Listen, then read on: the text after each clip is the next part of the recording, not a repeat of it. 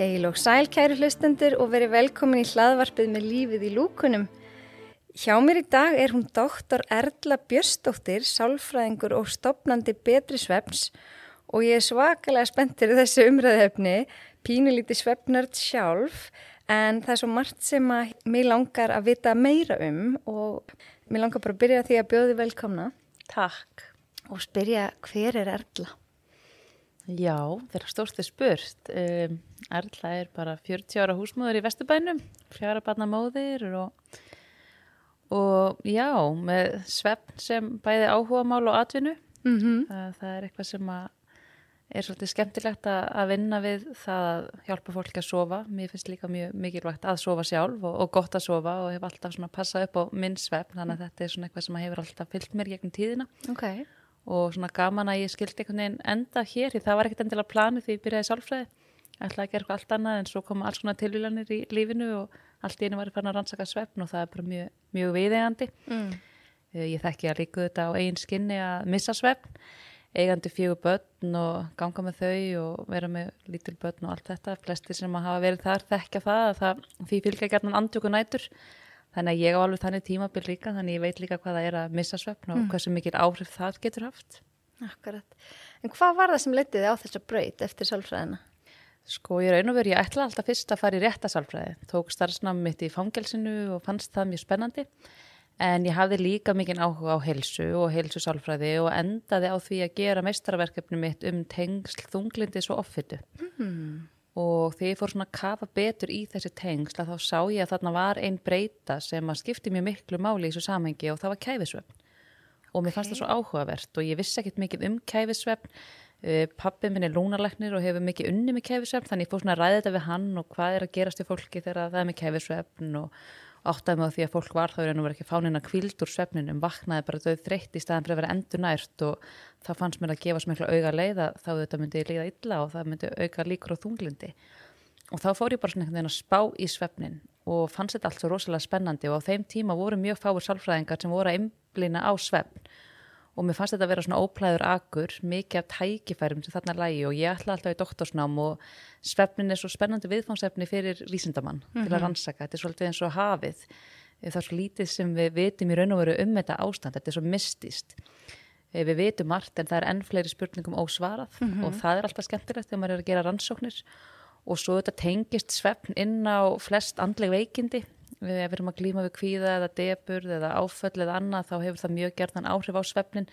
Þannig að svefnin er svo mikilvægur liður í bara því að bæta andlega heilsu og þess vegna fannst mér þetta svo mikilvægt fyrir mig sem þá nýjan sálfræðing að einblína á þetta. Þannig að ég raun og veru hef þá samband við Þórarinn Gíslason sem var þá starfandi yfirlæknir á svefndeild Landspítalans og var með umfangsmiklar rannsóknir í gangi á kæfisvefn á Íslandi. Og fer á hans fund og svona segja honum bara þessa stuttu sögu að ég hafi áhuga á þessu en viti sára lítið svefn samt sem áður sem var í raun ótrúlegt að útskrifast sem menntaði sálfræðingur og hafa ekki fengið neina menntun svefn og það er eitt af því sem ég finnst ennþá skrítið hvað er lítil áhersla á svefn í menntakerfinu, bæði bara almennt og sérstaklega hjá heilbrigðisstarfsfólki. En hann sá þarna tækifæri og ég hóf þá doktorsnámið mitt þar sem ég var að skoða í raun og veru tengsl svefnleysis og kæfisvefns og svona áhrif á andlega líðan og lífsgæði. Og þar hófst þessi vegferð og henni var ekkert lokið síðan af því að það var alltaf bara áhugaverðara og svo fór ég að hafa svo mikið áhuga á svefnleysinu, meðferð við svefnleysi. Við þessari hugrænu atferlismeðferð fór að áttum á því að við hér á Íslandi erum bara að nota svefnlyf algjörlega úr öllu hófi. Miklu meira en gengur að gerist annar staðar, erum ekki að fylgja klíniskum leiðbeiningum, erum ekki að nota réttar lausnir og þarna fann ég svona ástríði sem ég verulega brann fyrir og já, það hefur bara svona leitt mig á þann stað sem ég er í dag í rauninni. Já. Hver er skilgreiningin á kæfisvefni? Fyrir þá sem ekki vita. Já, kæfisvefn er í raun og veru sjúkdómur sem að einkennist af svona öndunartruflunum í svefni. Þannig að fólk er að hætta að anda, endurtekið að öndun er verulega trufluð. Það er miðað við að öndunarhlé vari í 10 sekúndur eða lengur og þetta er að gerast kannski ítrekað yfir nóttina. Í dag er kæfisvefn hann er flokkaður, alvarleiki hans er flokkaður eftir fjölda öndunarhlé á klukkustund. Þannig að ef þú ert að hætta að anda 15 sinnum eða oftar á klukkustund þá ertu með alvarlegan kæfisvefn. En það samt rosalega margt fleira sem skiptir máli heldur en bara hversu oft þú hættur að anda, líka hversu lengi hættur að anda í hvert skipti. Af því að þegar þessi öndunarhlýja verða þá verður mikið falla súrefnismettun í líkamannum og líkaminn fer að erfiða. Blóðþrýstingur hækkar, það gríðarlegt álag á hjarta og æðakerfi, líkaminn bara að streða við að halda viðkomandi hreinlega bara á lífi. Og þetta gerir það verkum að svefngæði truflast verulega, viðkomandi fær ekki djúpsvefn og vaknar í rauninu útkeyrður í staðin fyrir að vera útkvildur og þetta hefur síðan margvísleg áhrif á heilsu, líðan og lífsgæði og mjög mikilvægt að fara í svefnrannsókn ef að fólk hrítur því hrotur eru algengt einkenni kæfisvefns, háværa hrotur, óvær svefn og svona syfja á daginn og vakna þreyttur að ef þessi einkenni eru til staðar og tala nú ekki að viðkomandi er í yfirþyngd því það líka mikill áhættuþáttur og þá mæli ég með því að hafa samband við heimilislækni og fara í svefnrannsókn og kanna hvort að þetta getur mögulega verið til staðar og fá þá viðeigandi meðferð. Kæfisvefn oftast lífstílstengdur sjúkdómur eða það líka meðfætt? Já, þetta er bæði. Svona 70% kæfisvefnsjúklinga eru í yfirþyngd þannig að það stærsti áhættuþátturinn en það margt annað sem að skiptir máli. Til dæmis bara beinabygging, kokið sjálft, hvernig það, þröngt kok, stór úfur, skekkja í miðnesi, beinabygging andlits, þetta allt þættir sem geta líka haft áhrif, genin skipta máli, hormónin skipta máli, konur virðast vera með svona ákveðin vendandi þátt fyrir kæfisvefni fram að tíðakvörfum, sér í lagi að þær eru ekki yfirþyngd, en eftir tíðakvörfa þá aukast verulega að tíðinni kæfisvefns hjá konum og það virðist vera helst að prógesterón sé svona öndunar örvandi þannig að það svona verri konur fyrir kæfisvefni að einhverju leiti þannig að það margt sem að getur valdið þessu og við erum oft með þessa staðalímit að það svona feitur miðaldra karlmaður sem með kæfisvefn en það getur alveg verið unggrönn kona líka og þá eru það aðri þættir sem að valda því og þetta mjög vangreint ástand, svona 3 af hverjum 4 sem að glíma við kæfisvefni eru líklega ógreindir, þannig að það mjög mikilvægt að fara í rannsókn ef maður með þessi einkenni. Þetta áhugavert. En af hverju þurfum við að sofa? Já, við þurfum náttúrulega að sofa til að lifa. Í fyrsta lagi þá lifum við ekki án svefns. Við getum lifað lengur á næringar heldur en án svefns. Og svefnin algjör forsenda þess að við líka bara séum heilsuhraust og við fungurum í okkar daglega lífi, náum að sinna okkur verkefnum með sóma. Svefnin gríðarlega virt ástand og þegar við skoðum svona tilgang svefns, hvað að gerast í líkama og heila þegar við sofum, þá eru til dæmis frumur líkamanns að endurnýja sig. Við erum að losa út alls konar svona eitur og úrgangsefni, bæði úr líkama og heila. Heilin svona eins og svampur, hann bara minnkar í ummáli á nóttinni, þar sem hann að losa sig við þennan úrgang. Og þessi losun eða hreinsun sem á sér stað bara forsenda þess að heilin hrörn ekki of hratt. Þess vegna sjáum við til dæmis að mikil svefnvandi eykur á heilahrörnun og eykur líkur á Alzheimer og fleira. Akkurat, ég heyrt það. Já, svo mikil viðgerastarfsemi, það verið að gera við í líkama og heila. Þannig að svefnin svona ástand endurnýjunar, uppbyggingar og viðgerðar í raun og veru. Og getur þú sagt okkur nánar frá þessum svefnstigum sem við förum í gegnum á nóttunni og af hverju þau skipta öll máli? Já, við förum í gegnum nokkur mismunandi stig svefns á nóttinni og við byrjum á því að fara úr vöku niður á fyrsta svefnstig sem mjög léttur svefn og við dveljum mjög skamma stund þar, kannski 2-3% af heildarnætursvefni og þetta svona hálfgert millibils ástand svefns og vöku.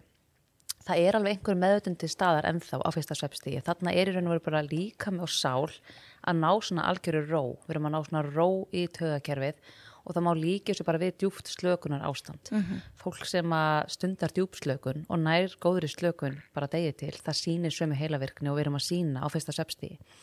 Og ef einhver vekur okkur þarna upp eða pikkar í okkur og spyr hvort við séum sofnuð, þá mjög líklegt að við segjum nei. Af því eins og ég segi, við erum hálfvakandi, hálfsofandi í rauninni. Svo það annað svefnstig sem við erum helming nætur á, sem dýpri svefn en telst samt vera ennþá léttur svefn. Þar erum við ekki með meðvitund. Þetta talið vera svona mikilvægt svefnstig fyrir svona endurheimt og líkamlegri orku til dæmis. Stig 3 og 4 mynda saman djúpsvefnin sem dýpsti svefnin. Hann ríkjandi fyrirpart nætur og hann mjög mikilvægur. Sérstaklega fyrir börn og unglingar sem að vaxa og þroskast. Við þarna eru þau að taka út stóran hluta af vexti og þroska. Til dæmis á unglingsaldri þá sér maður að framheilin, hann að þroskast mjög hratt og það að gerast fyrst og fremst í svefni og þess vegna sjáum við það að vansvefta unglingar eru oft með óþroskaðan framheila og framheilin stýrir skynsemi og rökhugsun og það ein ástæða þess að vansvefta unglingar sækja frekar í áhættuhegðun til dæmis. Það margt fleira mikilvægt sem gerist í djúpsvefni, þarna eru frumur líkamans að endurnýja sig, þarna eru að losa þessi eiturefni, þarna eru að fá hvíldina og endurnæringuna sem við viljum auðvitað öll fá úr svefninum okkar. Ef við fáum ekki nægan djúpsvefn þá fáum við ekki hvíld. Og svo það draumsvefnin sem er líka mjög mikilvægt svefnstig og mjög svona sérstakt svefnstig. Þetta kallast REM-svefn á ensku, dreigð af Rapid Eye Movement, af því að þetta svefnstig einkennist af svona hröðum aughreyfingum og mjög mikil heilavirkni. Heilin svipa virkur og bara þegar við erum vakandi, þegar við erum í draumsvefni og þarna eru draumarnir okkar svona mest lifandi en líkaminn okkar, hann hins vegar nánast alveg lamaður. Þannig við getum ekki hreyft hendur og fætur á þessu svefnstigi og það talin vera svona leið náttúrunnar til þess að hindra það að við séum ekki að leika út drauman okkar. Og draumsvefnin mikilvæg fyrir margar sakir, til dæmis fyrir svona úrvinnslu tilfinninga, fyrir andlegt jafnvægi og líka fyrir minni og sérstaklega ákveðna tegund af minni sem að kallast operational memory eða svona færni minni. Þetta í raun og veru þegar við erum að læra einhvers konar færni í daglegu lífi, hvort sem að það íþróttir eða spila hljóðfæri eða eitthvað slíkt, að úrvinnsla úr svona færni, hún á sér stað í draumsvefni. Og við sjáum til dæmis að lítil börn, fyrstu 2 æviárin, dvelja þau hlutvarslega mjög mikið í draumsvefni, af því þar eru þau á því æviskeiði, þau eru hvern einasta dag að læra einhverja færni sem þau þurfa að ná að tilenga sér og festa í minni, hvort sem að það er að skríða, ganga, klifra, allt þetta. Og bæði draum og djúpsvefn mjög mikilvæg fyrir minnið og svefnin gríðarlega mikilvæg fyrir alla hugræna færni og það svo margt sem að gerast í heilanum þegar við sofum. Við erum bæði í rauninni að flokka öll áreiti dagsins, allt sem við heyrum, sjáum og lærum yfir daginn, heilin bara sortir þessi áreiti. Hann að færa upplýsingar úr skammtímaminni yfir í langtímaminni og það líka svona ákveðin tiltekt í heilanum. Heilin að taka til, hann að losa út óþarfa upplýsingar, óþarfa áreiti og þannig býr heilin til pláss fyrir nýja þekkingu næsta dag. Þannig að þessi tiltekt sem á sér stað hver einstu nótt í heilanum forsenda þess að við getum lært eitthvað nýtt. Þannig ef við myndum hætta að sofa, eitt af því fyrsta sem myndi gerast að við missum hæfileikann til að læra nýja hluti.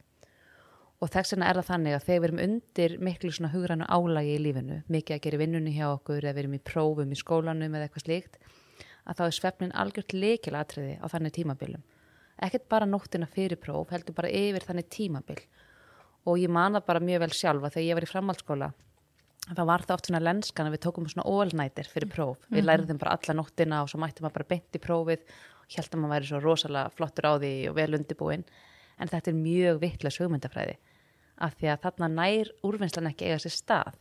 Svefnin svo stór partur af lærdómi og það eru fjölmargar frægar sögur af tónskáldum, vísindamönnum og allskins mikilmennum sem eru að fást við erfiðar þrautir á kvöldin og það gengur illa og fólk strand og svo fer það að sofa og svo vaknar og þá er lausnin komin. Þannig að svefnin skiptir gríðarlega máli fyrir allan lærdóm. Já. Mér finnst þetta svo áhugavert með draumana og magnað að heyra hvað við erum að gera, við erum að gera margt þarna, eða hvað heilin að gera margt. En af hverju muna sumir draumana sína og aðrir ekki? Sko, í rauninni hefur það bæði með það að gera hvenær vöknum við upp. Ef við vöknum upp úr draumsvefni þá eru meiri líkur að við munum drauman okkar. Ef við vöknum upp úr öðrum svefnstigum þá munum við þá væntanlega ekki. Sko, við gleymum flestum draumum svona fyrstu 5 til 10 sekúndunar eftir að við vöknum. Ástæðan fyrir því bara líklega svo að það þjónar okkur engum tilgangi að muna þá. Heilin getur ekki geymt endalaust á upplýsingum, þannig að hann mjög fljótur að sortir út og losa það sem skiptir okkur ekki máli. Hins vegar, ef að draumarnir hafa meiningu fyrir okkur, þá veitum við athygli. Þá fyrir við að æfa þá, hugsa þá aftur og aftur og aftur. Þess vegna munum við suma drauma betur en aðra að þeir skipta einhverju máli fyrir okkur. En að öllum líkindum eru draumar svona úrvinnsla úr harðadisknum, úr undirmeðundinni. Við erum svolítið að bara sortera áreiti dagsins og allt sem við höfum tekið inn einhvern veginn og flokkað og allt það og svona vinna okkur í gegnum það og losa okkur við það. Og kannski þurfum ekkert endilega að muna, þurfum ekkert endilega að geyma þetta. En það mjög áhugavert, sko, eins og ég nefndi áðan, svefnin svo mystískur og það svo margt sem við vitum ekki og við getum ekkert svarað í nákvæmlega hver tilgangur drauma þó við vitum margt tilgang draumsvefns. Og við vitum, eins og ég segja, að draumarnir eru mikilvægir fyrir úrvinnslu tilfinninga og sumar rannsóknir sýna það að fólk getur unnið úr erfiðum áföllum í draumum sem líka mjög áhugavert. Alkjörlega. Og það mjög fallegt að svona þessi íslenska draumatrú sem mjög sterk hjá okkur. Við lesum í draumanum okkar og pælum ekki í draumanum okkar. Ég hélt þegar ég byrjaði að vinna í svefninum að þetta væri bara eitthvað sem allir gerðu Og svo var ég að tala við kollega mína við heim og fór svona að ræða þetta, draumaráðningar og fólk bara horfða með þess að ég var eitthvað skrítin. Það ekkert allir að pæla í þessu eins og við. Það ekkert allir eina draumaráðningabók eins og við. Nei, ég held þetta sé kannski líka bara þessi álfatrú og minnst þetta fallegt og eins og segi, við getum ekkert útiloka það að draumar hafi merkingu og ég held líka oft hafa ákveðin drauma merkingu fyrir okkur. Kannski ef við tengjum það að dreyma brotnar tennur við það að það séu erfiðleikar og þá kannski dreymir okkur það frekar þegar við erum myndar álagi eða það erfitt hjá okkur þannig að þú veist það ekkert að útiloka þetta og það eitt af því sem svo spennandi við vísindi. Einmitt. En að því að þetta hlaðvarp snýst nú mest heilsu, hver eru helstu áhrif svefns á heilsu? Þú veist, þú örugglega búin að nefna eitthvað en svona ef að við sofum til dæmis ekki nóg, hver eru helstu áhrifin á almenna heilsu okkar? Já, svefnin hefur auðvitað gríðarlega viðtæk áhrif á heilsu og þetta eru auðvitað svona tvíeggja sverð þegar maður horfir á samband svefns og heilsu að því að sambandi virkar í báðar áttir. Ef að við erum ekki heilsuhraust þá hefur það áhrif á svefnin. Á móti kemur ef við svo illa hefur það áhrif á heilsuna. Mjög gott dæmi þetta eru verkir. Ef við erum verkjuð þá gefur það augaleið að það er erfitt að sofa en þegar við sofum illa þá líka breytist sársaukaskynjun okkar. Sársaukaþolið verður minna, sársaukaþröskuldur lækkar og allir verkir magnast upp. Þannig að þarna myndist oft vítarhingur. Og margar rannsóknir til dæmis sem sýna það að ef við meðhöndlum svefn hjá fólki með verki að þá eru við að hafa mjög jákvæð áhrif á verkina þó við séum ekkert að vinna neitt með þá að þetta er svo rosalega nátengt. Og við sjáum þetta með svo ótal margt og við sjáum til dæmis að eftir svefnlitla nótt að þá verður svona brenglun og hormónastarfsemi líkamanns og sérstaklega má nefna hormónin leptín og grelin sem að stýra hungri og settu að þau fara úr jafnvægi. Þannig að þegar við erum vansvefta þá fyrir líkamann að kalla öðruvísi fæðu. Við fyrir að leita meira í sykur, einföld kolvetni, svona skyndiorku og hormónin sem að senda heilanum skilaboð þegar við höfum borðað nóg að þau bælast. Þannig að við innbyrðum fleiri hitaeiningar. Rannsóknir sýna það að einstaklingur sem vanur að sofa kannski 8 klukkutíma, ef hann sefur 6 tíma, þá hann að innbyrða svona 400-500 auka hitaeiningar næsta dag. Og þess vegna kemur það ekkert á óvart að það er mjög sterkt samband á milli þess að vera vansvefta og vera yfirþyngd. Það er líka ójafnvægi sem kemst á sykurbúskapinn, þannig að við erum að auka hætt á sykursýki og það verður almennt svona aukin bólgumyndun í líkamannum þegar við erum vansvefta. Og við getum mælt þetta í blóðpröfu eftir eina nótt af litlum svefni, þá getum við séð auknar bólgur í blóðpröfu næsta dag. Og ef þetta er viðvarandi ástand, þá hefur þetta áhrif á þróun ýmissa sjúkdóma, hjarta- og æðasjúkdóma, krabbameina, heilarhörðunar og fleira. Og ef við horfum á andlegu heilsuna, þá er svolítið að sami upp á teiningnum þar, að þetta er svona tvíeggja sverð, streita, álag, andleg vanlíðan, þetta eru algengir forverar þess að við förum að sofa illa. En þegar við erum vansvefta, þá erum við í meira ójafnvægi tilfinningalega. Við erum viðkvæmari, þráðurinn er styttri, það þarf svona minna til að setja okkur út af laginu. Við erum ekki með jafngóðar varnir, gagnvart streituvöldum og ef ástandið er viðvarandi, þá erum við að auka verulega líkur á ýmsum andlegu veikindum og sérílega í kvíða og þunglyndi. En að því ég spurði nú ekki nægur svefn, hvað er nægur svefn? Ég veit þetta er misjafnt eftir aldri. Já, þetta er misjafnt eftir aldri og þetta er líka þetta einstaklingsbundið. Börn og úlingar þurfa lengri svefn heldur en fullorðnir. Úlingar þurfa 8-10 tíma, yngri börn lengri svefn, fullorðnir þurfa langflestir að sofa 7-9 klukkustundir. Svona 90% af fólki. Það getur vel verið að einhverjir þurfi örlítið styttri eða örlítið lengri svefn, kannski af heilsufarslegum ástæðum eða tímabundið eða eitthvað slíkt, en fyrir langflesta er þetta 7-9 tímar. Þetta er alveg ágætt spil, þannig að við þurfum svolítið sjálf að finna hvar liggur okkar svefnþörf. Margar rannsóknir benda til þess að konur þurfi almennt örlítið lengri svefn, þar getur munað hálftíma svona meðalsvefni. Þannig að það er mjög mikilvægt að hugsa það, þú veist, hvenær líður mér best og oft er ágætt smæli hverði á það þegar maður fer í frí og fyrstu dagana í fríi þá segir maður oft mikið af því að maður er í skuld og maður er að vinna það upp en svo jafnast það út og hvernig sef ég þegar ég bara get sjálf valið það, hvenær ég fer að sofa, hvenær ég vakna, hvenær líður mér best, hvenær er ég útkvíld. Og ég finna til dæmis mjög sjálf með sjálf að mig, ég er svona 8 tíma kona, maðurinn minn þar 7 tíma og ég finna alveg ef ég sef 7 tíma, þú veist, ég kemst alveg upp með það, en mér langar að sofa aðeins meira, en ef ég sef 9 tíma þá er það líka mikið fyrir mig. Já, er hægt að sofa of mikið? Já, það er alveg hægt að gera það og of mikill svefnir heldur ekkert æskilegur og vegna þess að það getur hægt á efnaskiptunum og það getur líka haft neikvæð áhrif á heilsu. Við vitum aðeins minna af hverju, það er minna rannsakað, en þetta er eins og með svo margt annað í lífinu, þessi gullni meðalvegur sem virðist gilda. Sumir hins vegar þurfa mikinn svefn, því ég segi 7-9 tímar sem á við þeim flesta, En svo er þetta kannski með einstakling sem er afreksíþróttamaður. Þá þarf hann lengri svefn. Því það er meira álag á líkamannum. Alveg svo þú þarft að næra þig meira þegar þú ert að æfa mikið. Þá þarfst líka meiri hvíld og meiri endurheimt. Og kannski fólki mikill líkamlega krefjandi vinna líka. Já, og þegar við erum myndið kannski mjög miklu álagi og þegar við erum veik eða við fyrum í kulnun eða eitthvað slíkt, þá oft kalla líkaminn á aukna hvíld og við þurfum að hlusta á líkamann og bregðast við því.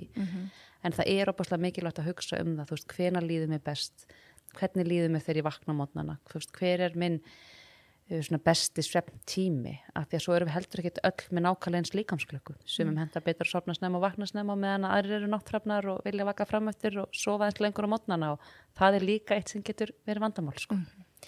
Nú hefur orðið rosalega vitundavakning á svefni síðustu ár, en mér finnst það allavega.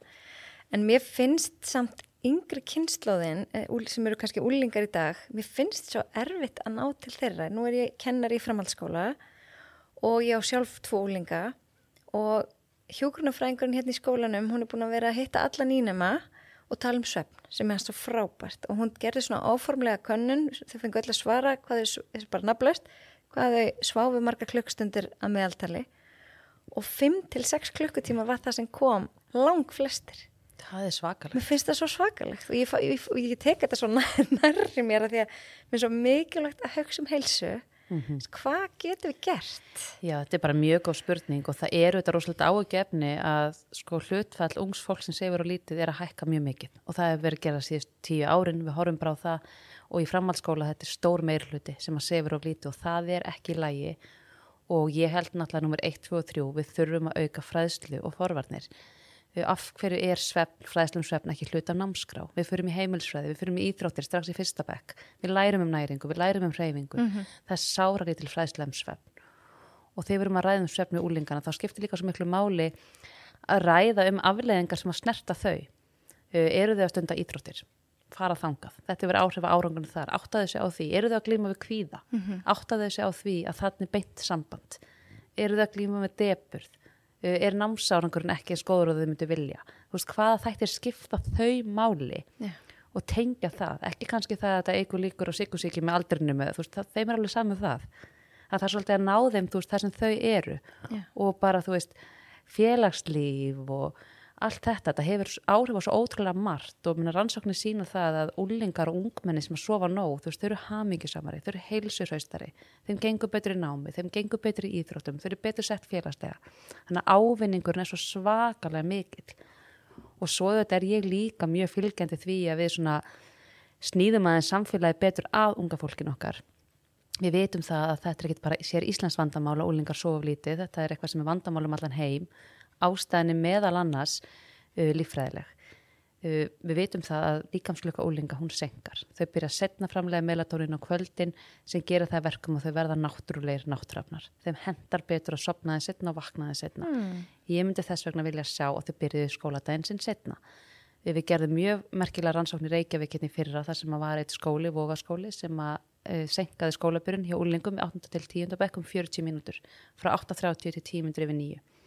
Það kom í ljós að börnin sváfu miklu betur, þreyta minnkaði, mæting í skólan var betri, kennarar tók eftir jákvæða mun, börnin sjálf völdu það að halda þessu fyrirkomulagi áfram, jafnvel þó að þýddi það að þau voru lengur á daginn í skólanum, þannig að áhrifin voru rosalega jákvæð og þetta er eitt sem við getum gert og ég veit alveg að það er ótalmart annað sem eru áskorunir hjá ungu fólki, það er álag, það er skjátækin, það eru koffindrykkirnir, nikotínpúðarnir, allt þetta, við verðum að taka á þessu.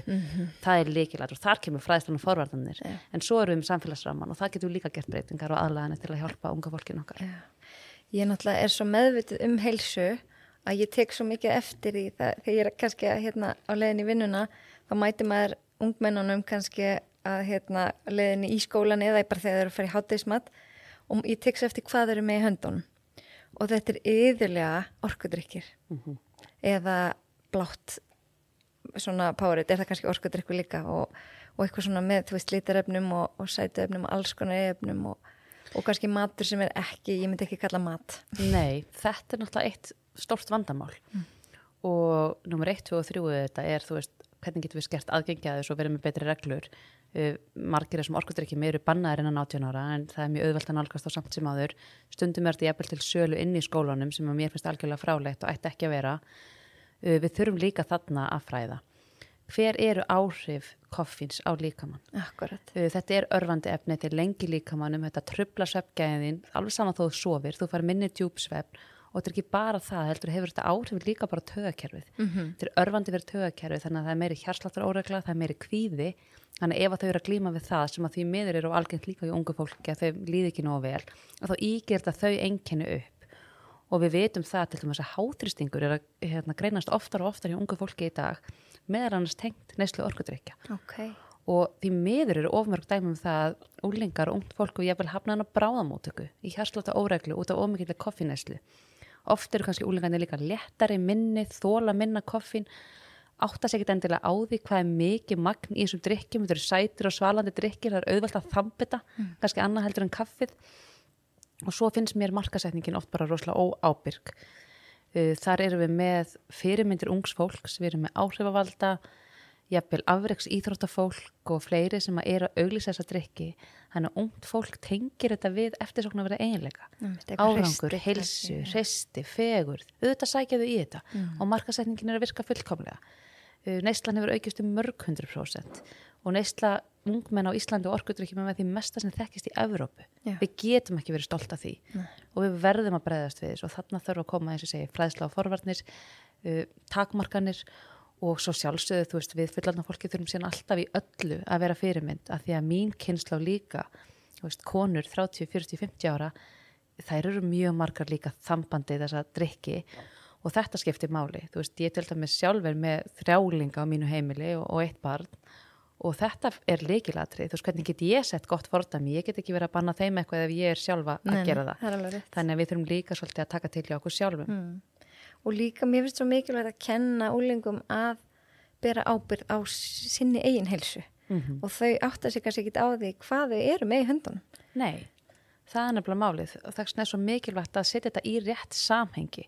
Og mér fannst það rosalega áhugavert. Það er nokkur ár síðan og þá var ég að halda fyrirlestur fyrir úlinga svefn.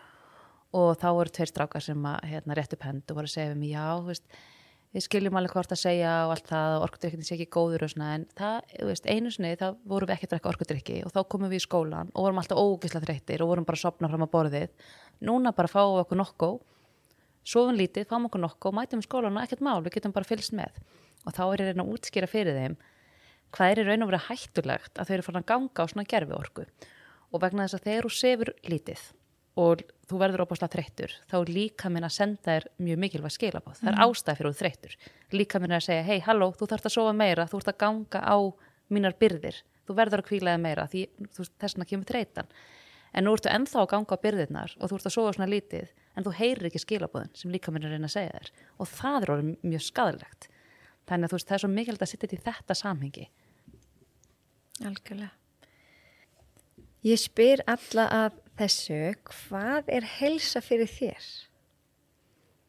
Já, þetta er mjög góð spurning. Sko, heilsa fyrir mér, fyrsta orðið sem kemur upp í hugan hjá mér er jafnvægi. Að hafa jafnvægi á hlutunum, hafa rútínu og hafa svona reglu. Ég held að það sé ótrúlega mikilvægt. Líkaminn okkar er rosalega rútíneraður og hvernig venjur við sköpum okkur hefur svo rosalega áhrif til lengri tíma, þessar litlu daglegu venjur. Þú veist, það er ekkert mál að sleppa æfingu í dag og fá mér hamborgara. Hefur engin áhrif í dag, en ef ég ger þetta 4 sinni í viku, hver eru áhrifin eftir 2 ár, eða 10 ár, eða 20 ár? Við getum líka snúið þessu við og sett inn jákvæða venju. Bara það að taka vítamin í dag, ég tek D-vitamin. Það breytir einhver fyrir mig í dag, mér líður ekkert öðruvís í dag þó ég hef tekið D-vitaminið, en ef ég hugsa til lengri tíma, hver eru jákvæði áhrifin? Þannig ég held að þetta liggir rosalega mikið í bara venjunum okkar. Hvernig er þín daglega rútína? Hvað gerur þegar þú vaknar? Hvernig er dagurinn þinn? Og hvernig manneskja viltu vera? Þú veist, ef ég vil vera heilsusamleg manneskja, þá er rosalega, eða heilbrigð manneskja, heilbrigð og hraust manneskja, ég held við viljum örgulega flest vera það. Og ef við hugsum það og svo hugsum við venninnar okkar, eru þær í samræmi við það? Ef ég er bara alltaf að borða eitthvað junk og drekka orkudrykki og hreyfi mig ekki, eru þessar venjur í samræmi við það að ég sé heilbrigð og hraust manneskja. Og þetta finnst mér svo mikilvægt að skoða, þannig ég held að þetta sé allt jafnvægið, rútínuna og þessar litlu daglegu venjur, þar sem skipta svo rosalega miklu máli til lengri tíma litið. Ég ótrúlega sammálaðir þarna. Geggjasvar. Af því að oft erfitt að svara þessari spurningu, af því að hún breytist líka yfir æfina. Kannski heilsa ekki sama í dag og hún var fyrir... Nei, algjörlega. En þetta getur alltaf átt við. Þú veist, hver eru daglegu venjurnar? Það skiptir alltaf máli og þú veist, auðvitað þessi grunnur, þú veist, ef við hugsum grunninn, þú veist, ég hugsa þetta sem eins og stólinn sem stendur, þú veist, við erum með hreyfingu, mataræði, svefn og andlega heilsu. Þú veist, ef þú passar upp á þetta, sé allt í lagi, þá stendur þú traustum grunni. Grunnurinn okkar þarf alltaf að vera í lagi. Og þegar það álag, þegar okkur líður illa, þegar það mikið að gera, þá skiptir þetta ennþá meira máli. En oft það þannig að þegar það verður álag, þá sleppum við ræktinni. Þá kaupi ég mig skyndibita, að ég hef ekki tíma til að elda. Að þá fer ég með að ganga á þennan grunn, sleppi ég að sofa, fyrir setna að sofa þegar það er svo mikið að gera hjá mér. En þetta er akkurat tímabili sem það er mest að pæli því að grunnurinn sé í lagi.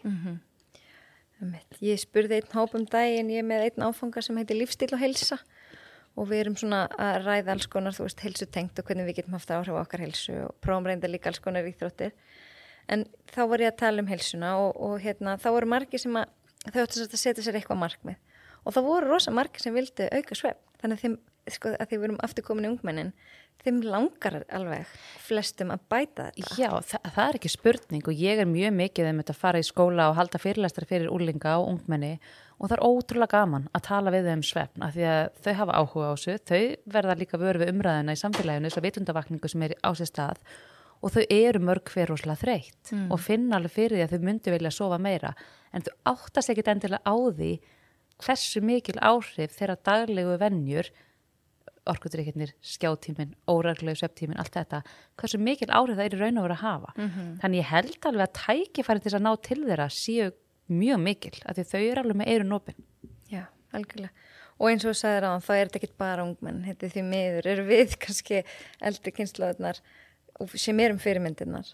Algjörlega, og við þurfum svolítið bara að breyta hugafarinu almennt þegar kemur að svefni. Ég er mjög ánægð með þessa vitundavakning sem hefur átt sér stað. Við erum ekki lengur að stæra okkur að þið sofa 4-5 tíma. Það er ekkit langt sem við vorum að gera það. Þegar ég byrjaði að vinna í svefnun, þá vorum við ennþá þar. Tengdum það bara við dugnað og atorku að sofa lítið. En svo er svo áhugavert líka ef við skoðum bara svona hvernig tölum við svefn við börn. Og ég hef staðið sjálfa með þessu að gera þetta og mér finnst þetta svo skrítið að því að við byrjum mjög snemma að gera það að vaka spennandi fyrir börnin okkar. Það er kósi kvöld í kvöld, þú mátt vaka ekstra lengi, áramótin, þau eru svo spennandi, þá má ég vaka svo mikið. Mér sé að félagsmiðstöður eru að halda vökumarathon, þar sem ólingar koma að vaka heila nótt og það er mest spennandi eventin yfir árið. En ef þú ert óþekk, þá fyrir beint að sofa.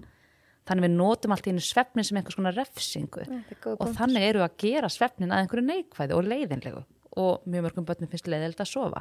En þess er svo mikilvægt að við tölum uppbyggilega svefnin, hvað svefnin er magnaður og hvað er margt mikilvægt að gerast og hvað hann er góður fyrir okkur og hvað okkur líður vel.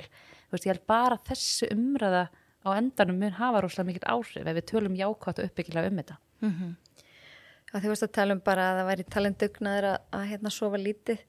Þá man ég í bókinni hjá Matthew Walker, þá var talað að til dæmis einhverju frægir leiðtogar, Margaret Thatcher og einhverjir... Já, Churchill og einhverjir... Já, hefur verið að stæra sig að þessu og þau enduðu öll með Alzheimer. Akkurat. Og það er alltaf komið betur og betur í ljós, rannsóknir á akkurat svefni og heilanum og heilarhörnun. Og við sjáum til dæmis að kæfisvefn hefur mikil tengsl við Alzheimer. Það er út af þessum súrefnisskorti sem á sér stað á nóttinni og skort á djúpsvefni. Djúpsvefnin er svo mikilvægur fyrir heilan. Við líka verum að sofa lítið eða jafnvel ýmis lyf, til dæmis svefnlyf sem að mörg hver jafnvel þó þau hjálpa okkur að sofa, þá draga þau samt úr gæðisvefns og draga úr draumsvefni og djúpsvefni sem er mikilvægt í svefnin og þess vegna sjáum við að langvarandi notkun svefnlyfja eykur líkur á heilarhörnun síðar á ævinni. Þannig að svefnlyf gera það einhvern tímann gagn? Já, þau geta alveg verið gagnleg við svona skammvinnu og skyndilegu svefnleysi. Ef við missum svefn vegna veikinda eða áfalla eða einhverja svona skyndilegra atvika í okkar lífi, þá geta svefnlyf alveg verið gagnleg til að hjálpa okkur í gegn þannig tímabil.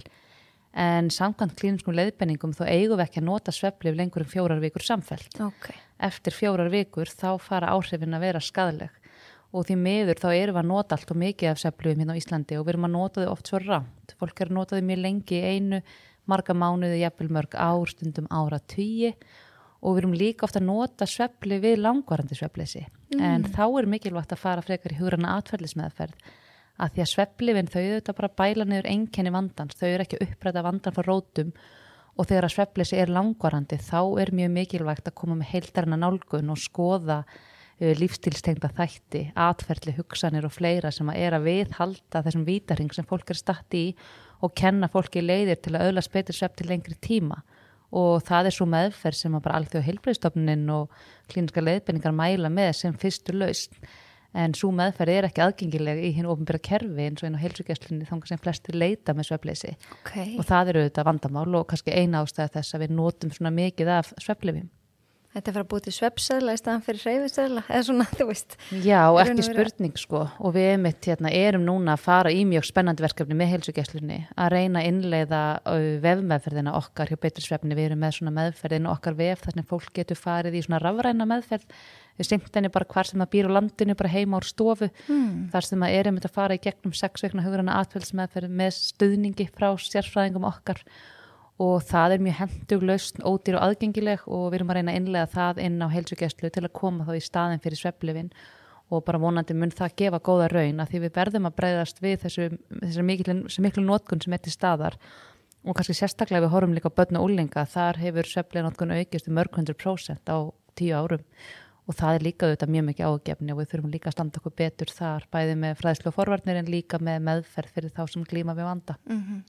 Þannig að ef einhver sem er að hlusta hefur kannski verið að taka svefnlyf núna í einhverja ár, byrjaði kannski nú svo bara getur fólk ekki hætt, væri þá þetta gott ráð að leita Já, klárlega, við erum með hjá Betri svefni, erum með nokkra tegundir af þessari meðferð, við erum með þessar rafrænu meðferð, við erum líka með hópmeðferðir, þar sem fólk hittist með hópi einstaklinga sem glíma við svefnleysi undir handleiðslu sálfræðings, einu sinni í viku en hver og einn fær samt einstaklingsmiðað meðferð, svo erum við líka auðvitað bara með einstaklingsmeðferð, þar sem fólk hittir bara okkar sérfræðinga og hluti af meðferðinni er að hjálpa fólki að trappa niður svefnlyf og það yfirleitt gengur vel. Þetta tekur auðvitað tíma, þegar maður er búin að glíma lengi við svefnleysi þá tekur tíma að vinda ofan af því og meðal tímin eru svona 6 vikur sem að fólk er hjá okkur en ef að fólk er tilbúið að gera þær breytingar sem þarf að gera á lífstíl og rútínu og venjum og fleiru að þá er árangurinn yfirleitt mjög góður. En ég fæ svo oft spurninga varðandi þeir sem er í vaktavinnu að það er náttúrulega mjög erfitt oft að búa sér til rútínu á svefni. Ertu með einhver góð ráð fyrir þá sem er að vinna nætuvaktir og dagvaktir og kvöldvaktir? Já, við vitum auðvitað alveg að svefnvandi er algengar hjá þeim sem að vinna vaktavinnu. Óregla á svefnmynstri er áhættu þáttur fyrir svefnvanda. Þannig að svefnlyfjanotkun er meiri, dagsefi er meiri og svefnleysi algengara. Áhrifin eru þó misjöfn. Það eru sumir sem þola vaktavinnu mjög vel. Yngra fólk þolir þetta betur. Almennt virðast karlmenn þola vaktavinnu betur. Og þeir sem eru svona náttrafnar, þessar B-týpur, þær virðast líka þola vaktavinnu betur. En það er alveg ýmislegt sem við getum gert til að lágmarka neikvæð áhrif. Bæði skiptir máli hvernig er bara fyrirkomulag vakta. Það er kannski eitthvað sem við sjálf ráðum ekki, meira okkar vinnuveitendur, en það er æskilegt að vaktir breytist með líkamsklukkunni. Þannig að við förum frá morgunvakt yfir á kvöldvakt og kvöldvakt yfir á nætuvakt. Þannig að við breytumst í þá áttina og það sé regla á vaktafyrirkomulagi og fyrirsjáanleiki. Þannig að við sjáum langt fram í tíman hvernig erum við að vinna og við getum þá forgangsraða svefninum sérstaklega þegar við erum bæði í fríi og þegar við erum á dagvöktum. Við kannski vitum það eru helst nætuvaktirnar sem að skemma svefnin okkar og þess vegna er svo rosalega mikilvægt að leggja ofur áherslu á svefnin þegar við erum ekki á nætuvöktum og þegar við erum á nætuvöktum að reyna að gera allt sem við getum til þess að lágmarka skaðlegu áhrifin og þar er margt sem skiptir máli. Eitt af því er bara svolítið að hugsa það hvað er ég að gera á vaktinni. Hvernig eru síðustu 4-5 klukkutímar vaktarinnar og hvernig er það samanborin við mína eðlilegu kvöldrútínu. Það er oft bara mjög frábrugðið. Við erum kannski á nætuvakt og við göngum áfram á koffinni, erum að borða sykur, sumir klára nætuvakt að fara beint á æfingu og þannig fara að sofa eða elda sér þunga máltíð þegar koma heim. Þetta er eitthvað sem við myndum aldrei gera á venjulegu kvöldi. Þess vegna er mjög mikilvægt að spyrja sjálfan sig að því hvernig get ég reynt að innleiða hluta af minni kvöldrútínu inn í seinni part vaktarinnar, til dæmis með því að sleppa koffíni, seinni hluta vaktar, ekki vera að borða sykur, ekki hreyfa mig beint eftir vaktina, heldur reyna að keyra líkamann niður í einhvers konar ró og líka skipti máli þetta, þú veist, þegar við komum heim, hvernig eru aðstæður til að sofa, eru við með, erum við búin að tryggja það að það sé ekki truflanir frá umhverfi okkar, síminn sé á silent, við séum með gott myrkur, það sé ekkert sem truflar okkur, þannig að við séum að líka eftir næturumhverfinu. Ef við erum að keyra heim eða labba heim eftir nætuvakt, að vera það með sólgleru og sumrin, þannig að við séum að fá sem minnsta birtu, að því við viljum hafa myrkur rétt fyrir svefn, birtu þegar við vöknum, að því það hefur áhrif á melatónín. Þannig að það eru ýmsir svona þættir sem hægt er að vinna með og maður byrjar í raun og veru alltaf þegar maður er að vinna með vaktavinnu fólki að reyna að búa til ákveðna reglu úr óreglunni. Þú veist, þegar ég vinn nætuvaktir, þá ger ég eftirfarandi hluti. Þegar ég er á kvöldvaktum, þá er þetta rútína mín. Og svo erum við öll mjög misjöfn og það er mjög einstaklingsbundið hvað hentar hverjum og einum, til dæmis hentar sumum mjög vel að leggja sig stutt fyrir nætuvakt. Þú veist, rétt arma fyrir vakt, meðan fyrir aðra hentar það alls ekki. Þú veist, þannig að maður þarf líka svolítið að prófa sig áfram, hvað hentar fyrir mig. Dagljósin geta verið mjög gagnlegt til að nota líka dagljósalampar til dæmis, að nota þá á kvöldin eða fyrirpart nætuvaktar til að hjálpa sér að halda sér vakandi ef að það er vandamál. Þannig að það er alls konar ráð og við erum til dæmis með fræðslupistil undir blogginu hjá okkur inn á betrisvefn.is vaktavinnu og góð ráð fyrir vaktavinnu fólk, þannig ég hvet fólk bara í þessum hugleiðingum til að kíkja á það og lesa það. Frábært.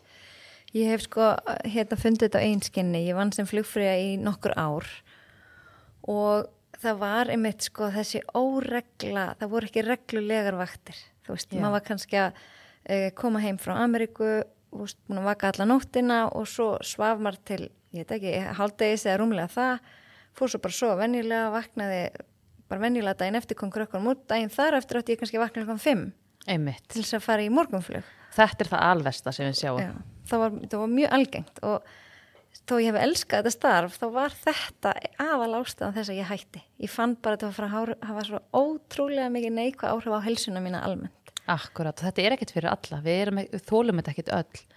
Og það er auðvitað mjög mikilvægt að finna það, hvað hentar manni.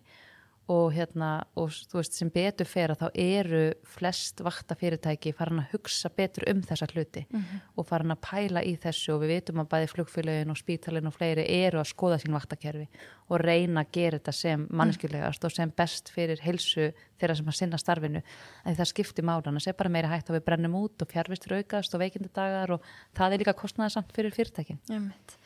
Og eins og þú segir, þetta er einstaklingsbundið, ég tók eftir því það voru, nokkur sumir voru svona næturflug, nætur alveg bara fóru í loftið 1:00 kannski nóttina, flugum til Evrópu og tilbaka og þá maður var farin að sofa aftur 10:11 morgun eftir, þetta voru svona verstu, erfiðustu flugin fannst mér, en svo var önnur sem var að vinna með mér, hún sagði að þetta voru uppáhaldsflugin hennar. Já, akkurat. Þannig að þetta er svo misjæmt. Þetta er svo ótrúlega misjæft og sem betur fer, þá erum við ekki öll eins og sem betur fyrir fólk sem sækir í vaktavinnu og bara plumar sér rosalega vel þar og maður er þakklátur fyrir það að því að svo eru fyrir okkur svona A-típunar að þá einhvern veginn er þetta bara miklu erfiðara. Ég þurfti alveg að leggja mig í 3 klukkutíma fyrir svona næturflug. Já, einmitt, ég trúi því. Ég fór bara að sofa og vaknaði, þú veist, 11:00 eða eitthvað og svo er það líka bara eitt af því sem gerist með aldrinum, eftir því sem við eldumst þá verður öll svona aðlögunarhæfni okkar erfiðari þegar kemur að svefni. Við þolum ver að missa svefn, við þolum ver að fljúa yfir mörg tímabelti og allt þetta og þetta finnum maður, þetta er ekki bara þegar við erum orðin eitthvað gömul, maður finnur þetta strax bara það munur að því vera 20 og 30, það munur að vera 30 og 40 og ég til dæmis eignaðist elsta son minn, þá er ég bara rúmlega 20 og það að vakna nóttinni og gefa brjóst, þetta var ekkert mál. Svo bara rúmum 10 árum setna því ég eignast yngsta son minn, það var bara strax miklu erfiðara þó ég var ennþá kornung. Þannig að þetta er líka eitt af því sem við sjáum í vaktavinnuna, það er ekki þannig að því lengur sem við vinnum vaktavinnu því auðveldara verður það. Það er eiginlega öfugt, eftir því sem við vinnum lengur þegar við eldri verður við og því erfiðara verður það. Þannig að eldra fólk ætti kannski að hafa meiri sveigjanleika að taka minna af nætuvöktum og ég er mjög hlynnt því að við sýnum meiri sveigjanleika þar sem að eru vaktir að leyfa það frekar yngra fólki að spreita sig á þessum erfiðu vöktum því þau þola þau vilt betur. En varðandi melatónín, af því að þú nefndi það áðan, væri til í að útskýra hvað melatónín er og líka af hverju það er svona að skipta skoðanir á notkun inntöku melatóníns? Já, sko melatónín er hormón sem við framleiðum náttúrulega og það birta sem stýrir framleiðslu á melatóninni. Þannig að þegar það fer að dimma þá eykst framleiðsla melatónins í blóðinu á kvöldin og þetta veldur syfju og hjálpar okkur að sofna. Og síðan þegar við fáum dagsbirtu á morgnana þá temprast melatóninið, orkan eykst og auðveldara verður að vakna.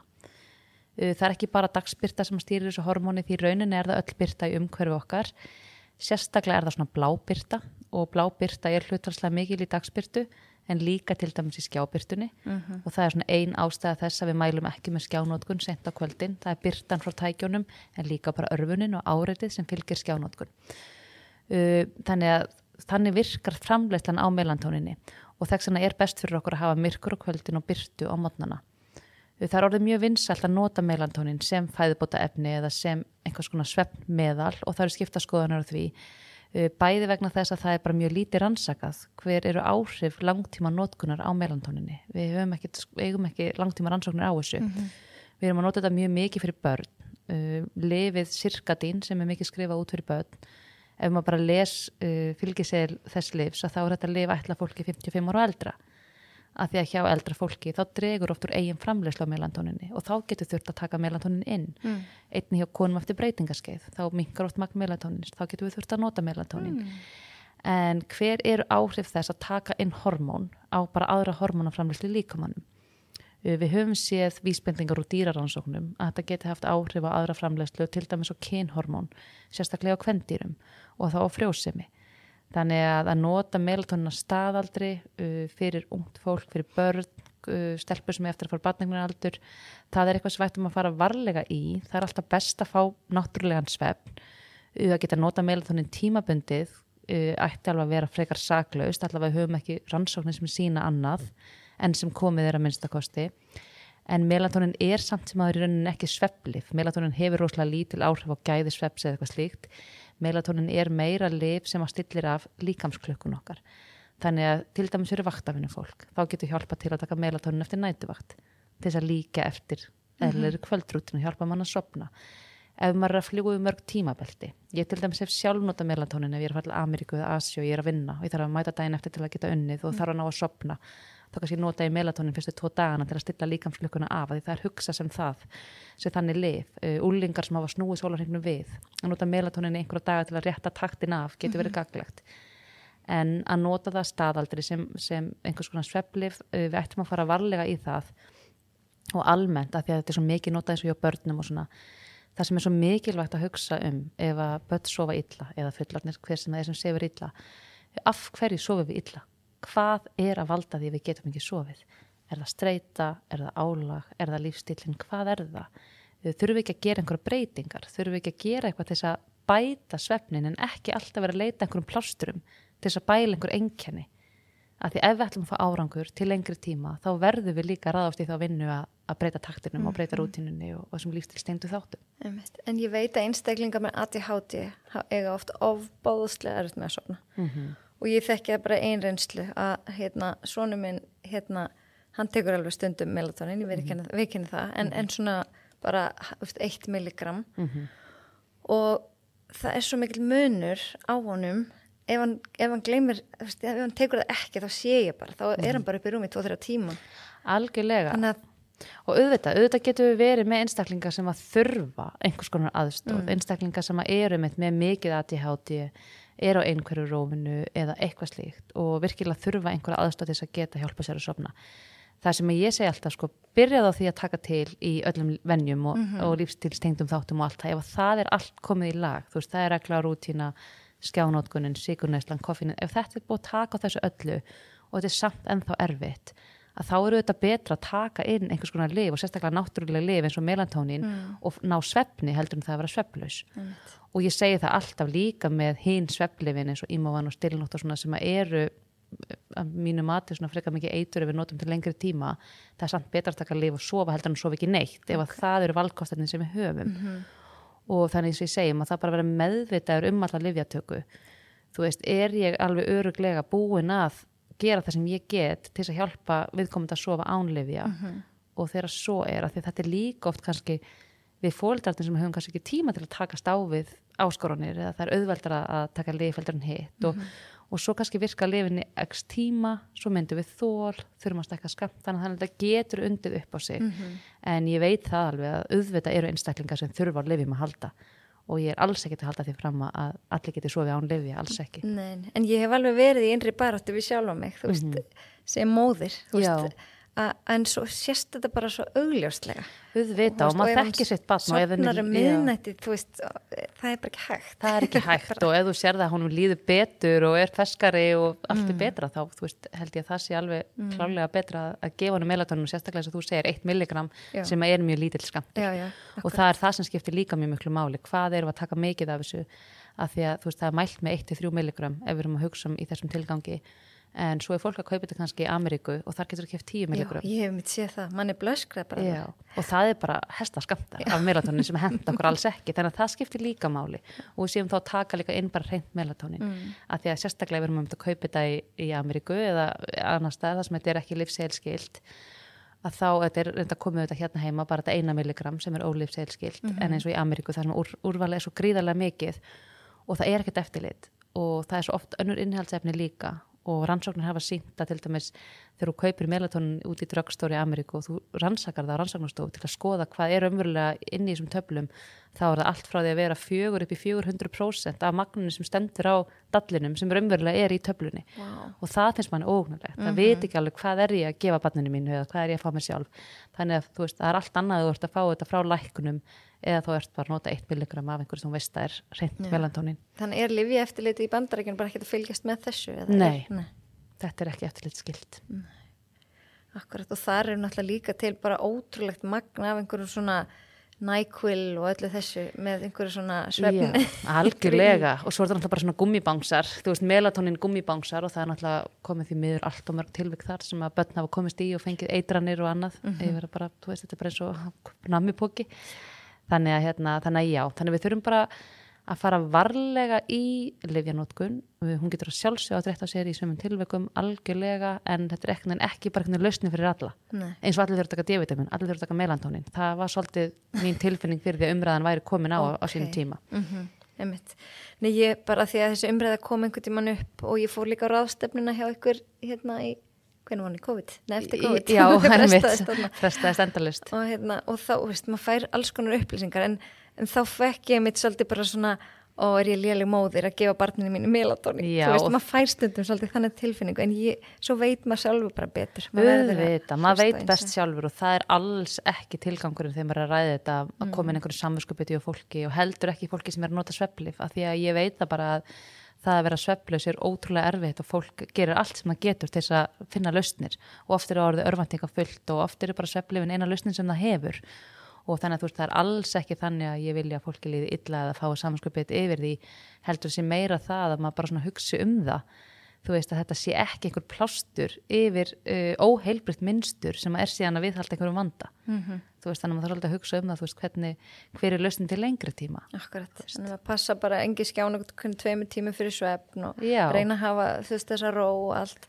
ef það er ekki að virka þá. Já, akkurat, því maður veit auðvitað eins og með börn með mikið ADHD þau þurfa náttúrulega svo skýran ramma og þau þurfa miklu lengri tíma í þetta vændán heldur en bara venjulega. Þannig að þú veist, það skiptir kannski ennþá meira máli með hjá þeim, þetta með skjánotkununa, með reglunarútínuna, hvernig eru kvöldvenjurnar og allt þetta, hvað maður gefa sér langan tíma í innan aðdraðanda og allt það. Og ef það er allt í góðu lagi en barnið er ennþá bara glaðvakandi og engin leið að sofna, þá er það sjálfsögðu betra að nýta hjálpartæki til þess að geti sofið. Akkurat. En varðandi íþróttafólk, ég spurði svona nokkri kringum mig hvað ég geti spurt og þá kom þessi spurning ef að bæði úlingar og fullorðnir eru að æfa mjög seint á kvöldin og koma heim og ég kannski eftir að borða, eftir að fara styrst og eftir að ná sér niður og þá er oft svolítið erfitt að sofna. Já, það er alveg rétt. Það er ekkert æskilegt að vera að æfa mikið seint á kvöldin, rétt fyrir svefn, en oft eru æfingatímandi þannig. Og það eru þetta bara mjög mikilvægt að reyna þá að koma sér upp einhverju rútínu þar sem maður reynir að keyra sér niður í róans hratt og maður getur það er auðvitað erfitt borða eitthvað létt, borða eitthvað auðmeltanlegt, ekki fá sér einhverja þunga máltíð. Akkurat. Taka kannski slökunaræfingu, leiðum að kemur heim, þú veist, hvort sem það er jóga nýdra eða einhverja öndunaræfingu, kveikja á rólegri hljóðbók, fara í heitt bað, þú veist, gera eitthvað sem að keyrir líka mann svolítið hratt niður í ró, af því maður eru auðvitað í ákveðnu adrenalín ástandi, maður hækkar blóðþrýstingin og maður með spennuhormóni líka mann allt þetta því að maður er að stunda mikla hreyfingu og það er svona andstætt við það sem við viljum á kvöldin, þegar við viljum að líka með heili komast í ró, þannig að snýst það svolítið bara það að reyna að skerpa vel á kvöldrútíninu og finna út í því, hvernig næ ég að keyra minn takt niður sem allra fyrst, sko. En almennt hefur hreyfing góð áhrif á svefn? Algjörlega, hreyfing hefur rosalega jákvæð áhrif á svefn, bæði gefur okkur betri svefngæði, betri djúpsvefn og bara líka góð forvörn fyrir svefnvanda og við ættum öll að reyna að stunda daglega hreyfing og það er ekki spurning. Og líka mataræði, það hefur náttúrulega gífurleg áhrif. Já, mataræði hefur mjög mikil áhrif. Bæði það að borða reglulega skipti máli, bara fyrir stillingu líkamsklukkunar, að borða holla og fjölbreytta fæðu, ekki borða þungar máltíði rétt fyrir svefnin. Við viljum gefa líkamannum frí frá því að þurfa að vera að melta á nóttinni og passa sig á sykri, áfengi, koffíni og nikotíni. Þetta eru allt þættir sem að hafa mjög neikvæð áhrif. Sérstaklega seint. Sérstaklega seint á kvöldin. Og D-vitamin, tryggja það við sem að fá D-vitamin yfir vetratíman, það er bara þannig að það er mjög erfitt fyrir okkur hér á Íslandi að fá nægilegt magna D-vitamini úr fæðunni einnig saman, er það lítil birta, þannig að taka þá inn lýsi eða D-vitamin yfir allavega mesta skammdegið, það skiptir máli og svo bara almennt eins og ég segi, holl og fjölbreytt fæða og reglulega máltíðir. Þannig að svefn hefur gífurlega mikil áhrif á heilsu og heilsa hefur gífurlega mikil áhrif á svefn. Já, alveg klárlega, þetta er stórt samspil, sko. Já. Ég fekk líka áhugaverða spurningu því að það er svo mikið verið að tala neföndun og sérstaklega á nóttinni. Fólk er að nota svona teipi yfir munnin og margir hafa lýst í að svefngæðin batni svo svakalega. Veistu eitthvað af hverju það er? Sko almennt séð þá eigum við að anda með nefinu á nóttinni. Þannig erum við að fá betra súrefni og við eigum ekki að anda með munnunum. Sumir anda með munnunum, það er einhvers konar fyrirstaða eða annað og það getur haft áhrif á gæðisveps og ef maður er með að vakna þurr í munni eða eitthvað slíkt að þá getur það verið vísbending það. Það að teipa fyrir munnin, það er margir einmitt sem að gera þetta og lýsa af því góðum árangri. Þetta er eitthvað sem er ekki vel rannsakað, þannig að þetta er ekki eitthvað sem ég myndi mæla með að fólk fara að gera af því að við þurfum að fá vísindaleg gögn sem að sýna að þetta raunverulega skiptir máli og hafi áhrif. Það skiptir þá líka máli ef að fólk ætlar að gera þetta, hvernig ekki teipa bara með einhverju venjulegu teipi, heldur þá sér gerðum svona munnteipum þar sem þú getur andað því það skiptir þetta mjög miklu máli að við séum ekki að skerða loftflæði okkur á nóttinni. Og ef við erum með ofnæmi eða við erum með stíflu eða eitthvað slíkt þá ættum við alls ekki að gera þetta. Ef við erum að hrjóta mikið eða möguleiki ef við séum með kæfisvefn þá ættum við heldur ekki að gera þetta. Þá ættum við að þetta er ekki lækning við kæfisvefni. Það er stundum það sem að hefur truflað mig í þessar umræðu að það talaði munnteipið sem einhver svona almenn lausn á ýmsum vanda og þar með talið hefur kæfisvefn stundum komið inn en kæfisvefn er bara mjög alvarlegur sjúkdómur sem hefur alvarleg áhrif á heilsu og hann þarnast annarra meðhöndlunar. Þannig að þetta er en fyrir fólk sem bara svona almennt er bara áhugasamt og kannski vaknar aðeins þurft í munni og heldur að það vill stuðla betri nefendun þá er þetta örugglega alveg skaðlaust að gera þetta og kannski einhverju sem finna ábata af því en þetta er bara eitt af því sem að þarf að rannsaka betur og við bara fylgjumst með og skoðum. Og svo kannski ein spurning frá mér í lokin, daglúrar. Já eða nei? Það er góð orðið eða neikvæð orðið á nætursvefnin? Já, það fer nú alveg eftir því hvenær við erum að leggja okkur og hversu lengi og annað. Sko almennt er það þannig. Ef við sofum vel á nóttinni, þá getur daglúr haft bara mjög jákvæð áhrif á okkur. Svona orkublundur, sérstaklega ef hann er tekin í kringum hádegi. Það er ekki gott að leggja sig seint á daginn. Þumalputtareglan er svo að því seinna á daginn því verður eru áhrifin á nætursvefnin. Þannig að við getum alveg komist upp með það að leggja okkur í hálftíma í hádeginu en svo dottum við í 2 mínútur kvöldfréttunum og það er nóg til að skemma nætursvefnin og það hefur bara með dægursveiflun okkar að gera. Það sem er kannski ekki mælt með ef við sofum illa á nóttinni og við fyrir að bæta það upp með því að sofa daginn, það er mjög fljótt að skapa vítarhring og það hefur ekki jákvæð áhrif.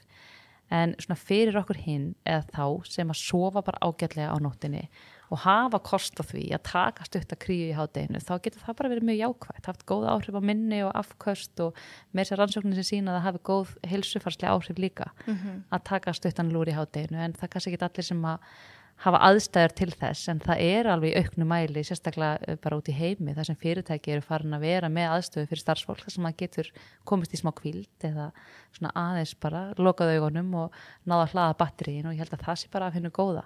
Og ég held í raun og veru bara í þessu hraða nútíma samfélagi sem við lifum í dag, þar sem að áreitin dynja á okkur allan sólarhringinn, þá er bara hvíldin og svefnin eitt af mikilvægasta sem við getum hlúið að. Einmitt. Mér finnst ég búin að fara yfir að ótrúlega margt, en er eitthvað sem að má bjóða að segja svona að lokum? Eitthvað sem að... Sko, í rauninni held ég að við höfum nú náð að fara yfir það svona mesta sem að skiptir máli, en ég held kannski bara það sem að mér finnst alltaf svo mikilvægt að bara koma með fram er, þú veist, að það er eitt sem við eigum alls sameiginlegt, og það eru þessi 24 tímar í sólarhringnum okkar.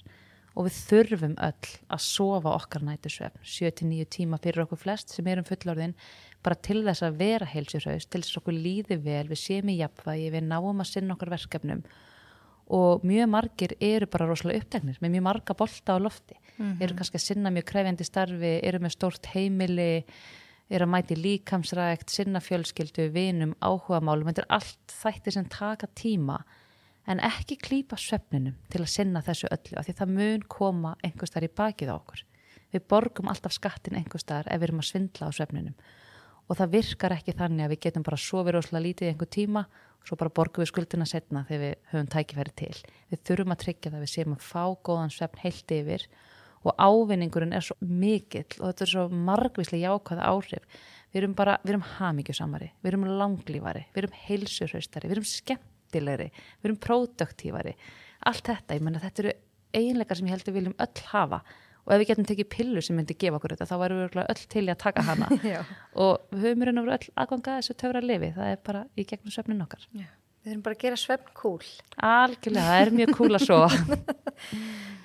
Þú veist, sumir virðast þurfa minni svefn, en það er kannski ekki þannig. Nei, sko í raun og veru, þú veist, samkvæmt svona bara rannsóknum, og þá er talað að það sé kannski svona 3% mannkyn sem að eru með ákveðna genasamsetningu, sem er svona svo kallar short sleepers, sem að geta sofið undir 6 tímum án þess að það hafi neikvæð heilsufarsleg áhrif. Fyrir okkur hinn 97%, þá þurfum við lengri svefn, og ef við erum að svindla á svefninum, þá hefur það neikvæð áhrif að heilsu okkar líðan og lífsgæði, og bara hreinlega skerðir lífslíkur okkar. Þannig við þurfum að hætta að þykjast að vera í þessum 3%. Já, akkurat. Það er mjög líklega að við séum í hinum hópnum. Æðislegt. Heyrðu, takk kærlega fyrir að koma. Já, takk fyrir mig. Æðislegt spjall. Gaman að koma til þín. Takk fyrir frábærar viðtökur á hlaðvarpinu með lífið í lúkunum. Ég hvet ykkur öll til þess að fylgja mér eða fylgja hlaðvarpinu á Spotify eða Apple Podcast eða Google Podcast eða hvar sem þið eru að hlusta með því að smetla á follow. Þá fáið þið tilkynningu þegar nýr þáttur fyrir loftið og getið fylgst vel með. Einnig hvet ég ykkur til þess að fylgja Heilsu Erla á Instagram, en ég segi nú stundum eitthvað viturlegt þar líka.